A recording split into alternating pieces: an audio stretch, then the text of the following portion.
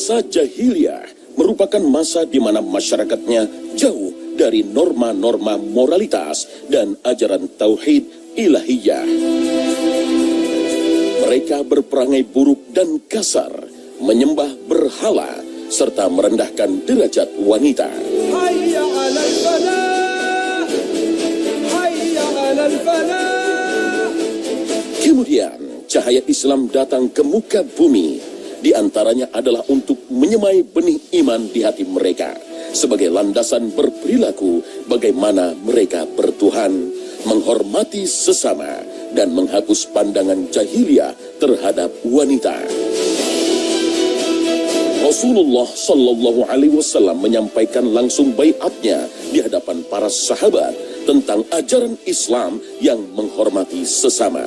Bagaimana isi baiatnya? Bismillahirrahmanirrahim.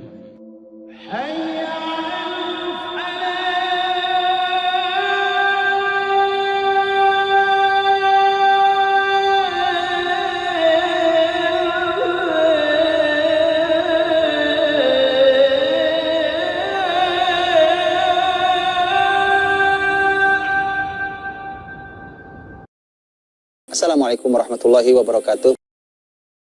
Pada tahun 8 Hijriah, ketika Rasul Shallallahu Alaihi Wasallam berhasil membuka kota Mekah dan mengislamkan masyarakat Quraisy, masuk Islamlah salah satu tokoh wanita di masa Quraisy dahulu yang memusuhi Nabi. Dia adalah Hindun. Hindun adalah ibunya sahabat mulia Muawiyah radhiyallahu anhu dan istrinya Abu Sufyan radhiyallahu anhu. Mereka semua nanti masuk Islam. Hindun, begitu dia masuk Islam, maka para wanita yang masuk Islam itu dibaiat oleh Nabi. Mereka harus bersumpah setia di hadapan Rasul Shallallahu Alaihi Wasallam. Sumpah setia mereka atau baiat mereka isinya adalah yang ada di akhir surat Al-Mumtahanah. Mari kita lihat beberapa isinya dan bagaimana kisah Hindun ketika diminta untuk berbaiat itu. Yang pertama adalah alla yusyrikna billah, tidak boleh lagi berbuat kemusyrikan. Tidak boleh menyembah berhala, tidak boleh memotong binatang untuk berhalanya, jadi tidak boleh berbuat kemusyrikan. Wala yasriqna, dan kalian juga tidak boleh mencuri. Ketika mereka dibaiat agar tidak boleh berbuat kemusyrikan, mereka siap. Ketika diminta untuk berjanji tidak lagi mencuri, mereka siap. Begitu sampai pada yang ketiga, wala yaznin, dan kalian juga tidak boleh berzina. Maka Hindun protes, tapi menarik protesnya. Protesnya bukan tidak mau berhenti zina, bukan. Justru mengejutkan. Protesnya adalah, ya Rasulullah, kami ini adalah wanita merdeka, bukan budak. Dan zina itu adalah pekerjaan para budak. Ini tamparan keras bagi kita dan zaman kita hari ini.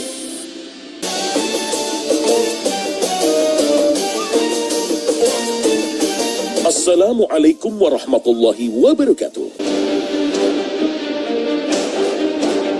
Dalam kitab Bidayah wa Nihayah tercatat sebuah kisah tentang awal mula perzinahan di muka bumi, yakni terjadi pada zaman cucu Nabi Adam alaihissalam, yakni Nabi Syits alaihissalam.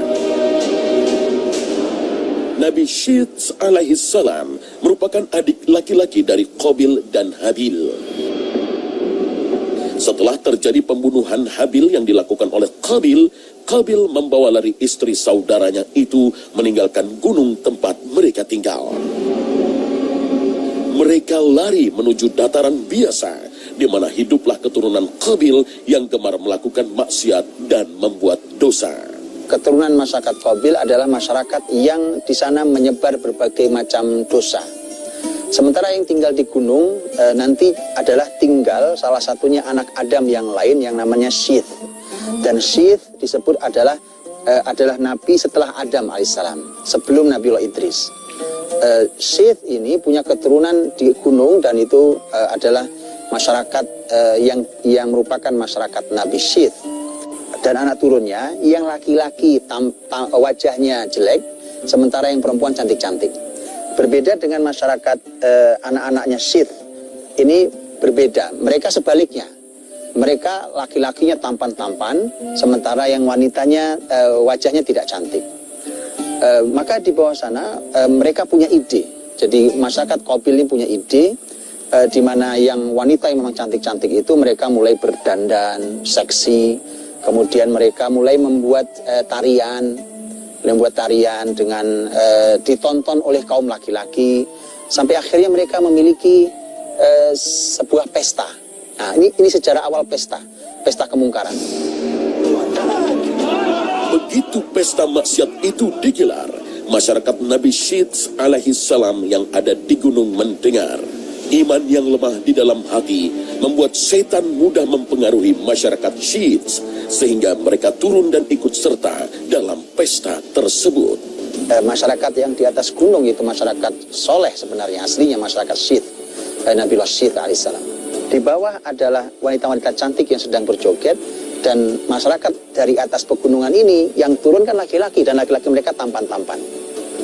Maka akhirnya ikut bergabung. Laki-laki yang tampan-tampan yang lemah iman ini ikut bergabung dalam pesta dengan wanita-wanita yang cantik itu, dan di sanalah kemudian terjadi kemungkaran pertama di muka bumi yang dikenal dengan zina.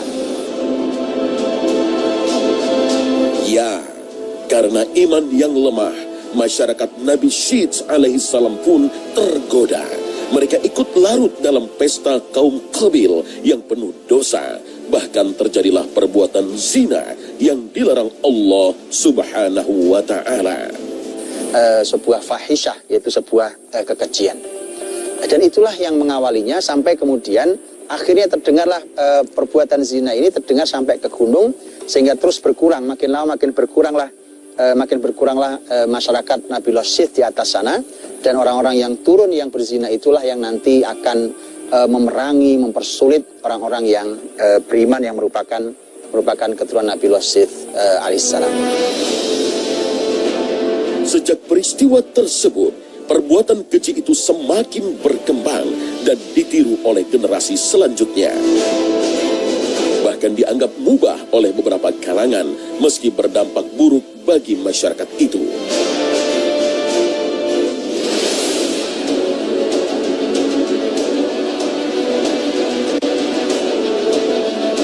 Hingga tiba masa jahiliyah, yakni beberapa tahun sebelum ajaran Islam hadir lewat Rasulullah Sallallahu Alaihi Wasallam. Perzinahan itu diatasnamakan oleh 4 jenis pernikahan yang pada saat itu marak dilakukan. Apa saja 4 jenis pernikahan itu?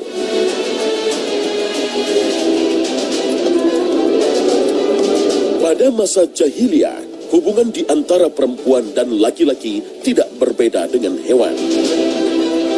Bahkan kebiasaan ini masih berlangsung sejak sebelum dan sesudah Rasulullah SAW hadir dan menyebar syariat Islam.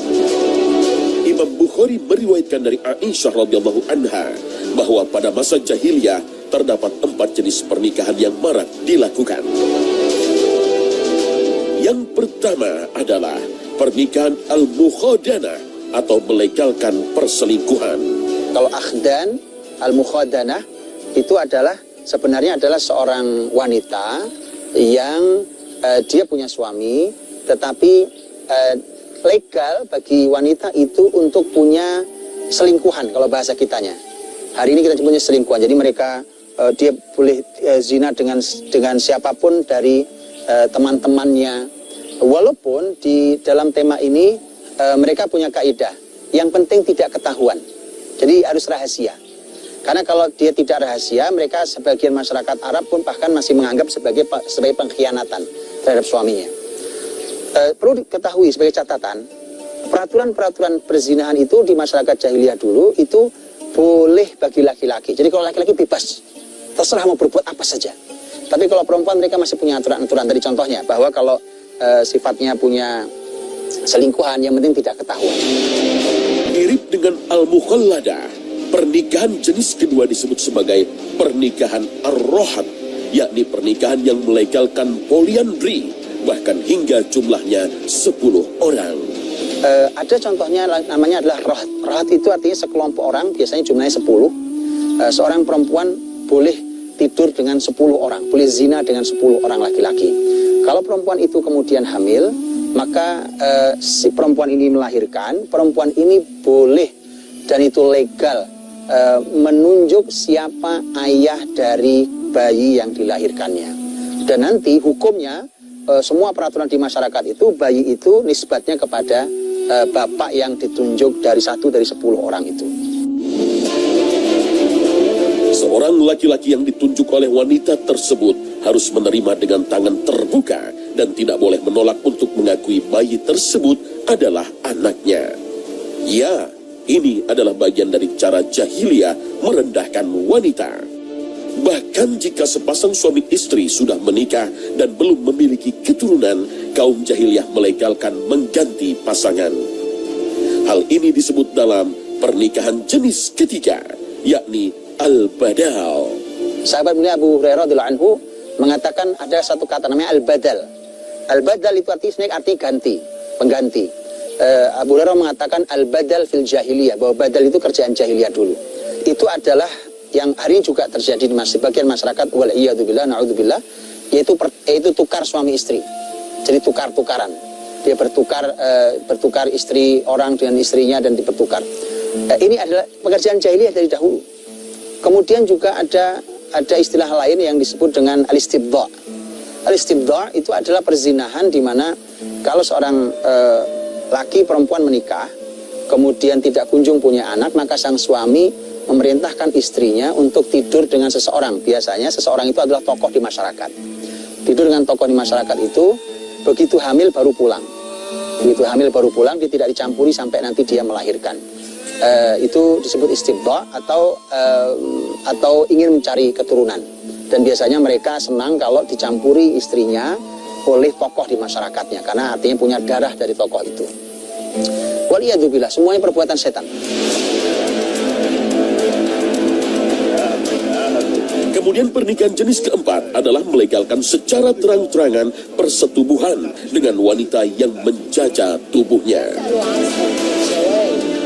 Pernikahan ini disebut sebagai pernikahan royat. Royat bermakna bendera, karena wanita ini menandai dirinya sudah siap dengan bendera yang dipasang di depan rumahnya. Dan kemudian ada yang disebut dengan sahibatur royat, yaitu para wanita yang menancapkan bendera di depan rumahnya. Ini resmi rumah-rumah pelacuran. Ini prostitusi resmi pelacuran. Jadi diletakkanlah bendera-bendera itu. Ada yang menyebutkan warna benderanya warna merah, diletakkan di depan rumah-rumah mereka. Kalau bendera dikibarkan hari itu, maka artinya wanita yang di dalam rumah itu sudah siap hari itu untuk membuka dirinya, menjual harga dirinya dan menjadi pelacur hari itu. Wal'iyadzubillah. Kemudian Islam datang. Di antaranya adalah untuk memberi pedoman hidup kepada manusia serta memuliakan derajat wanita. Bahkan Allah Subhanahu wa Ta'ala di dalam Al-Quran berulang-ulang memuji hambanya yang senantiasa menjaga kesucian dirinya. Ketika Allah Subhanahu wa Ta'ala berfirman tentang wanita juga sama. Allah memuji wanita mulia, yaitu Maryam. Maryam dipuji Allah Subhanahu wa Ta'ala. Kalimat Allah menyampaikan innallaha astafaki wa tahharaki wastafaki ala nisa'il alamin. Sesungguhnya Allah memilihmu wahai Maryam dan Allah mensucikanmu. Allah puji Maryam karena kesuciannya. Dalam ayat yang lain Allah berfirman tentang Maryam, wa Maryam ibnata Imran allati ahsanat farjaha. Sebelum Allah memuji Maryam dengan pujian-pujian yang lain bahwa dia wanita yang beriman, wanita yang taat, ternyata Allah memuji dengan permulaan allati ahsanat farjaha, yang menjaga kemaluannya, menjaga kehormatannya. Ajaran untuk menjaga kesucian tentu saja berimbang dengan sebab-sebab yang melandasinya.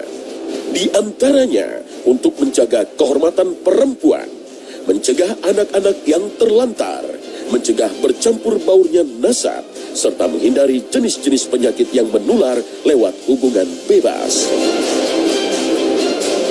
Namun, apabila anak cucu Adam mengabaikan ajaran ini, maka Allah Ta'ala juga menyertai ancaman yang cepat atau lambat akan turun sebagai balasannya. Ini bisa dilihat dari fenomena alam yang muncul beberapa waktu belakangan, seperti gempa, longsor, ataupun gunung meletus. Aisyah radhiyallahu anha, beliau mengingatkan saat itu ditanya tentang gempa, peristiwa gempa. Dan bukankah hari ini kita mulai merasakan banyak gempa? Ini bukan sebatas fenomena alam. Kalau alam dari dulu nih, alam ini ada. Gunung, lautan, daratan, lembah, semua ada. Gunung berapi, lautan, semua ada. Tapi gempa-gempa terjadi dan seterusnya juga bukan hanya sebatas masalah bahwa bumi sudah tua. Memang bumi sudah tua. Aisyah radhiyallahu anha ketika ditanya mabaluz zalazil, mengapa gempa bisa terjadi, beliau menjawabnya secara ilmiah, ruhiyah, dan spiritual. Beliau mengatakan nomor satu, poin pertama adalah idastabahuz zina. Kalau mereka itu masyarakat sudah menganggap zina itu mubah, artinya biasa dan boleh, halal-halal saja. Tidak hanya zina, peringatan ini juga berlaku terhadap segala perilaku jahiliyah yang menghalalkan perilaku yang Allah haramkan. Di antaranya adalah halalnya sutra bagi laki-laki dan musik yang melalaikan. Yang kedua adalah Rasul Shallallahu Alaihi Wasallam bersabda, kata Nabi, layakunanna fi ummati, akan terjadi pada umatku, ada umatku yang yastahillunal hirra wal harira wal ma'azif. Mereka menghalalkan perzinahan. Yastahil artinya menganggap halal, menganggap halal perzinahan, kemudian menganggap halal sutra bagi kaum laki-laki, dan ma'azif dan musik. Mereka, kata Nabi SAW, itu akan dihukum Allah Subhanahu Wa Taala kalau sudah sampai tingkat menghalalkannya, akan dihukum oleh Allah Subhanahu Wa Taala dengan hukuman yakhsifullahu bihimul ard. Mereka akan Allah tenggelamkan ke dalam bumi, ambles dalam bumi. Peringatan ini bisa menjadi bahan kita semua untuk memuhasabah tentang peristiwa yang terjadi di muka bumi belakangan ini. Barangkali di antara musibah yang melanda merupakan teguran untuk kita agar senantiasa lebih banyak mengingat dan mendekatkan diri kepada Allah Subhanahu wa Ta'ala. Sebab ini merupakan pengingat dari Allah yang cemburu pada hambanya yang sehari-hari sibuk pada urusan dunia. Namun, jika pengikat ini belum juga memberi jera, maka terdapat ancaman lain untuk pelaku zina. Kemudian juga oleh Allah SWT, sebagian dari mereka dikutuk berubah menjadi al-qiraddah wal khanazir, menjadi sebagian berubah menjadi monyet dan menjadi babi. Jadi ancamannya sangat berat. Kemudian juga dalam hadis yang lain Rasulullah SAW menyampaikan tentang merebaknya prostitusi dan perzinahan. Sekali lagi, bukan hanya dilakukan, tetapi sudah merebak dan dianggap biasa. Dalam riwayat lain adalah riba wa zina, riba dan zina, nampaknya satu paket. Nabi SAW mengatakan illa fasha fihim, kecuali at-ta'un wal auja allati lam takun fi aslafihim allati namadau. Tidaklah perzinahan, kekejian itu menyebar. Dalam riwayat lain bahkan dengan riba juga menyebar, kecuali akan menyebar ta'un. Ta'un adalah penyakit, wabah penyakit yang sulit diobati. Satu. Yang kedua adalah al-auja. Auja adalah kelaparan. Kelaparan. Masyarakat bumi kelaparan. Para ilmuwan menganggap bumi tidak lagi bisa memberi makan penduduknya. Padahal Allah tidak mungkin salah menciptakan manusia itu di bumi ini yang sangat kaya raya seperti yang kita lihat di bumi kita sekarang ini. Tetapi karena mereka tidak mampu mengelola kerakusan mereka, dan karena mereka tidak mampu menahan diri dari dosa zina dan riba. Dan menarik, di zaman Nabi SAW ada seorang anak muda yang datang ke Rasul, laki-laki datang ke Rasul SAW, kemudian anak ini dengan sejujur-jujurnya dia berkata, ya Rasulullah, izinkan saya berzina. Saat itu sedang bersama Nabi, sedang bersama para sahabat. Anak muda datang dengan jujur, dia mengatakan izinkan saya berzina. Tentu sahabat marah, bahkan hampir mereka berdiri akan memukuli anak muda itu. Nabi mengatakan jangan. Lihat, ini pelajaran mahal. Bagaimana Nabi mengatasi gejolak di anak-anak muda kita, di anak muda di zaman itu yang dengan jujur dia mengatakan izinkan aku berzina. Maka Nabi mengatakan, dekatkan anak muda itu, jangan dimarahi. Maka Nabi mengatakan, bagaimana kalau ibumu dizinai orang, dia marah, dia bilang saya akan marah besar. Kata Nabi yang akan bagaimana kalau putrimu dizinai, dia juga marah. Gimana kalau saudarimu, bagaimana kalau bibimu, anak muda itu marah. Kemudian Nabi mengatakan yang akan kau zinai adalah kalau tidak ibunya orang lain, putrinya orang lain, saudarinya orang lain, atau bibinya orang lain. Logikanya dinaikkan. Ini membuktikan bahwa perzinahan itu secerdas apapun yang orang yang melakukannya berarti logikanya mati. Sehingga ketika seperti itu, anak muda sudah seperti itu, baru kemudian Nabi memegang dadanya, berikan sentuhan, dipegang dadanya, kemudian didoakan oleh Nabi SAW. Nabi SAW mengatakan, ya Allah sucikan jiwanya dan jagalah kemaluannya. Kemudian anak muda itu langsung reda, dia dingin hatinya, kemudian dia mengatakan sudah hilang keinginan dia untuk melakukan dosa perzinahan. Semoga Allah memberikan kesucian. Wallahu ta'ala alam bishawab. Assalamualaikum warahmatullahi wabarakatuh.